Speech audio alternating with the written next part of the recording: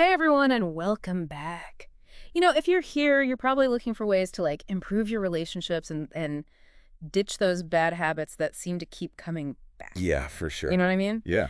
So today we're going to go deep into Toxic cycles. yeah, toxic cycles. Have you heard of that? Oh yeah, it's everywhere. It's like a buzzword these days. Yeah, and we found this outline for a whole podcast series about it. Really? A whole A whole series? series, yeah. Yeah. And we're going to break it down into useful pieces. I love that. Yeah. I think what I like about this outline is that it's kind of like a roadmap Okay. for relationships. So what do those toxic cycles actually look like in real life?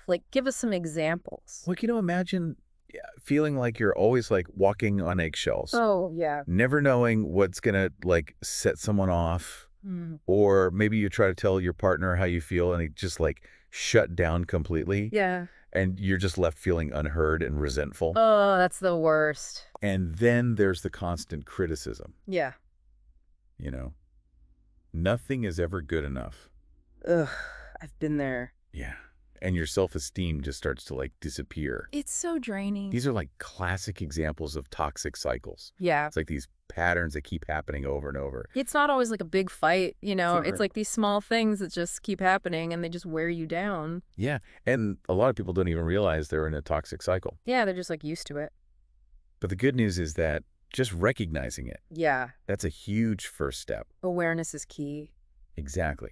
This outline really emphasizes that you can't change what you don't acknowledge. Mm. It's like trying to solve a puzzle Yeah. with like missing pieces. You got to see the whole picture. Yeah, Okay, so how do we start to develop that self-awareness? It seems kind of scary to really look at yourself. it can be, but there's some really practical things you can try. Okay. Like, have you ever tried keeping a journal Oh, yeah. to track your emotions? Mhm. That can help you spot those patterns. Yeah. And, another thing you can do is therapy. Oh, yeah. Therapy's great. It's like having a relationship coach in your corner. So true. They can help you understand what's going on. Yeah, it's like you're holding up a mirror to yourself Mm-hmm. and saying, okay, what am I doing here? Right. What's my part in this? And then once you see that clearly, the outline goes into the really important steps to break the cycle. Yeah, it's like a roadmap. Okay, so tell me about that. Well, it breaks a process down into stages like setting boundaries, Okay. seeking support, Mm-hmm. and creating new, healthier patterns. I like that. It's like learning a new dance. You got to practice the steps. I love that analogy. So it's not just stopping the bad stuff, it's replacing it with something good. Right. I bet our listeners are dying to hear, what are some of those actionable strategies? Oh, for sure. Can you give us a sneak peek? Well, when it comes to setting boundaries, it's like having this shield to protect yourself Okay. and your emotions. And it creates respect in the relationship. Mm-hmm. And, it's not about controlling your partner. Right. It's about communicating your needs clearly and directly. So it's about saying, hey, when you do this, it makes me feel bad and I need you to stop. Exactly. No beating around the bush. No. And the outline says it's really important to have consequences, too. Oh, yeah, that's huge. Like if someone keeps crossing the line, You got to do something. yeah, you might need to walk away from the conversation. Yeah. Or even take a break from the relationship. You have to stand up for yourself. It's about showing up for yourself and your emotional well-being. I love that. And then there's seeking support. Yes, because sometimes you need more than just yourself. You don't have to go through this alone. Exactly. The outline talks about how important it is to reach out for help, whether it's professional therapy or friends and family. And there are so many different kinds of therapy. How do you know what's right for you? Well, the outline mentions a couple that are really helpful for relationships. Okay. One is called CBT. Okay. It's like rewiring your brain to think more positively. So it's like spring cleaning for your mind. Exactly. I like that. And then there's couples therapy. Oh, yeah. Everyone's heard of that. It helps you and your partner communicate better. So you can understand each other. Yeah, it's like learning to speak each other's language. And then, of course, you have your friends and family, too. Right, they can be a huge support. Yeah, your own personal cheer squad. Exactly. But even with all that, it seems like the real work is creating those new positive patterns. Yeah, how do you actually change those old habits? Yeah. Well, the outline talks about positive reinforcement, Okay. like focusing on the good stuff, Oh, that's a good idea. celebrating the wins, and showing appreciation. Catching your partner doing something good Exactly. instead of always pointing out the bad. Right. It's like choosing to water the flowers instead of focusing on the weeds. I love that. And along with that, the outline says communication is key. Okay, but what does healthy communication actually look like? One technique is called active listening. Okay, I've heard of that. It's like really tuning in to what your partner is saying. Not just hearing the words, but really understanding. Yeah, and paying attention to their body language too. And their tone of voice. Exactly. It's like trying to see the world through their eyes. I like that. But, sometimes you slip back into old patterns. Oh, yeah.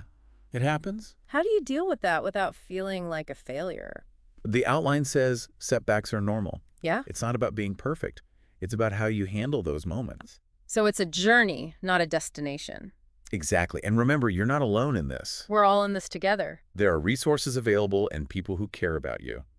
That's so important to remember. And when we come back, we'll delve even deeper into those specific steps for breaking those toxic cycles and creating relationships that truly thrive. This is so much more than just information, It's about taking control and creating a whole new blueprint for your relationships. I know our listeners are getting a lot out of this. Oh, I think so. Don't go anywhere. Yeah. We'll be right back. Okay. Welcome back, everybody. We're back. I'm so ready to really dig into those stages of breaking free Let's do it. from these toxic cycles. Remember, this is a journey, right? Oh, yeah, for sure. Not like a quick fix. No, it takes time and effort. Yeah, and each stage needs your full attention, but it's worth it. Oh, absolutely. The rewards are huge. Let's start with setting boundaries. I feel like that's something everyone says, Right. but what does it actually mean, in a relationship? Well, think of boundaries like your guidelines. Okay. Those things you're just not willing to budge on. Yeah. Like the non-negotiables. Mm-hmm. And it's not about trying to control your partner. Right. It's about protecting yourself. Protecting your energy. Yeah, and creating respect. Mutual respect. Exactly. Okay, so it's like drawing a line in the sand and saying, this is where I end and you begin. Yes. But how do you actually communicate those boundaries? Yeah. Without it turning into a big fight? That's where communication comes in. Okay. Clear and assertive communication. Okay, so what does that look like? The outline says you got to be direct. Okay. Upfront, no passive-aggressive stuff. Ugh, I hate that. Yeah, and don't expect them to read your mind. Oh, yeah. Just tell them what you need. Calmly and confidently. Exactly. So it's like saying, hey, this is how I feel when you do that, and I need it to stop. Exactly. Straight up. Straight up. No sugarcoating. And here's the thing about boundaries. What's that? They need consequences. Oh, yeah. What happens if someone doesn't respect your boundary? Exactly. You have to follow through. So you're not just talking. Right. You're actually doing something. You might need to disengage from the conversation Okay. or remove yourself from this situation. Wow. So it could be a big thing. Sometime. Yeah. You might even need a break from the relationship. It's about taking care of yourself. Exactly. You have to put yourself first sometimes. I like that it's boundaries are about taking back your power. Mm. But what about those times when you're I need help? Yeah. I need more than just me. That's where seeking support comes in. Okay, tell me more about that. You don't have to do this alone. I love that. The outline says reach out for support, Yeah. whether it's therapy or your friends and family. And there are so many different kinds of therapy out there. It can be overwhelming. Yeah, how do you even choose? Well, the outline talks about a couple that are really good for relationships. Okay, give me the highlights. So there's CBT, Uh-huh. cognitive behavioral therapy. Okay. It basically helps you rewire your brain Interesting. to think more positively. So you're changing those negative thought patterns. Exactly. I like that. And then there's couples therapy, Yeah. which is all about communication. Learning how to talk to each other. Yeah, it's like learning to speak each other's language. So you can actually understand each other. Exactly. But, therapy can be expensive. Yeah. And sometimes you just need someone to talk to. Right. And that's where your support system comes in. Friends and family. Yeah. Those people who really care about you. Yeah, they can be such a lifeline. They can be your cheerleaders. Okay, so you've got your boundaries, Mhm. you've got your support system, Yeah. but now you have to actually create those new patterns. Yeah. How do you go from those old habits to something completely different? It's a process for sure. Yeah. But the outline talks about positive reinforcement. Okay, so focusing on the good, Exactly. Instead of always looking at the negative. catching your partner doing something right. Yes. And expressing appreciation.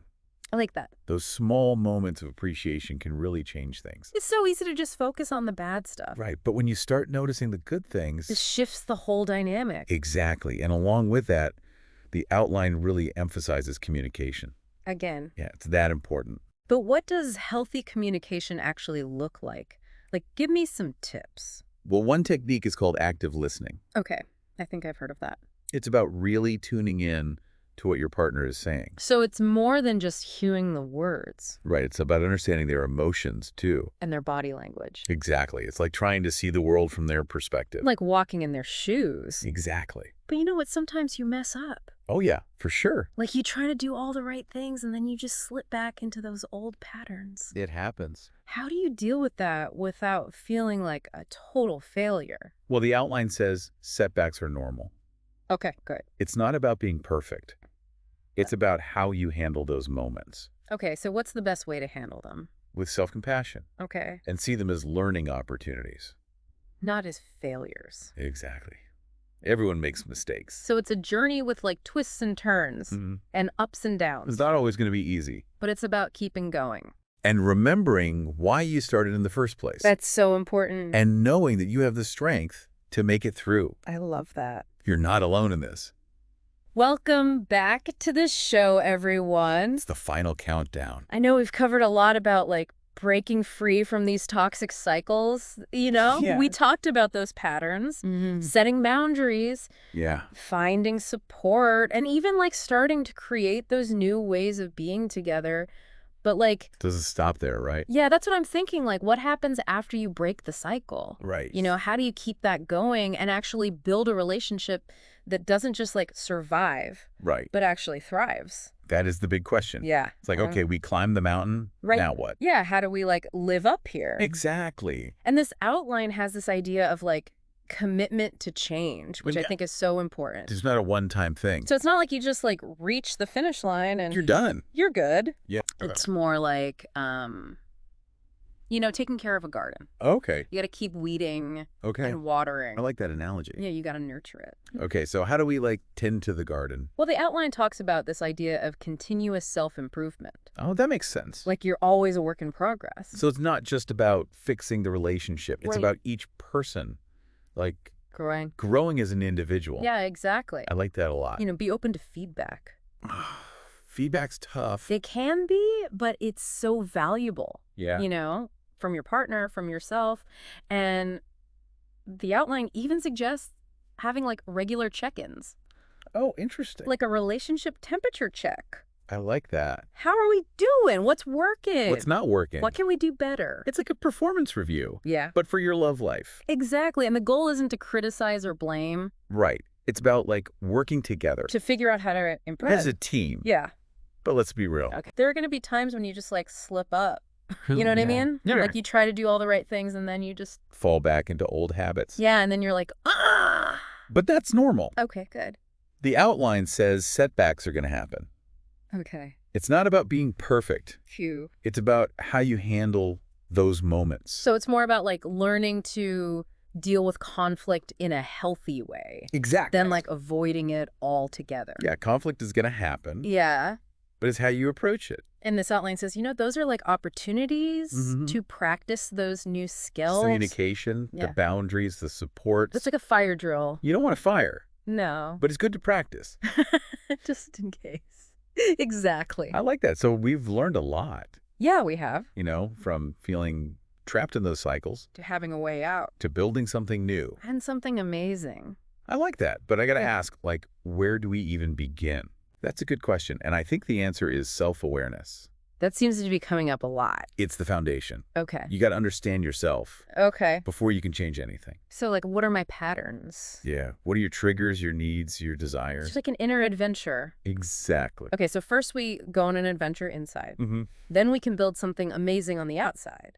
Yeah. And remember, this is a journey. Not a destination. There can be ups and downs. Yeah. But with commitment and self-awareness, You can create those relationships that you want. the ones that you deserve. I love that so much. Thanks for joining us. This has been so insightful. Yeah, it's been fun. I feel like we all learned a lot today We did. about breaking those toxic cycles. And building something better. We hope you enjoyed it. And we'll see you next time. Bye, everyone.